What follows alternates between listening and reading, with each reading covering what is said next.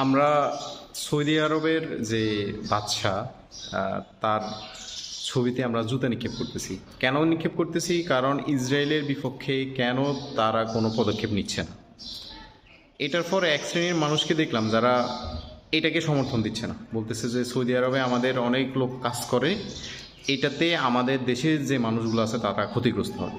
তো একই একই লজিকটা তো সৌদি আরবের বাদশার ক্ষেত্রেও চলে। সেও তো বলতে পারে যে আমি ইসরায়েলের সাথে কোনো কনফ্লিক্টে যাব না, যেহেতু তাদের সাথে কনফ্লিক্ট করলে আমার নিজের দেশের জনগণ যারা আছে তারা ক্ষতিগ্রস্ত হবে।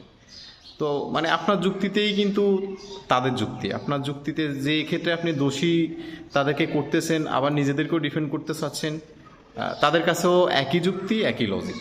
এটা চিন্তা করতে হবে যে যারা রাষ্ট্রপ্রধান থাকে তারা সবার আগে নিজের দেশের মানুষের কথা চিন্তা করে। এটার আপনি যে দৃষ্টিকোণ থেকেই দেখুন, যেভাবে আপনি বিশ্লেষণ করুন, এটা হচ্ছে সত্য বিষয়। আর তারা আসলে এইসব বিষয় নিয়ে এত বেশি ভাবে না, এটাও সত্য সত্য কথা। তারা ভাবে না এগুলো নিয়ে।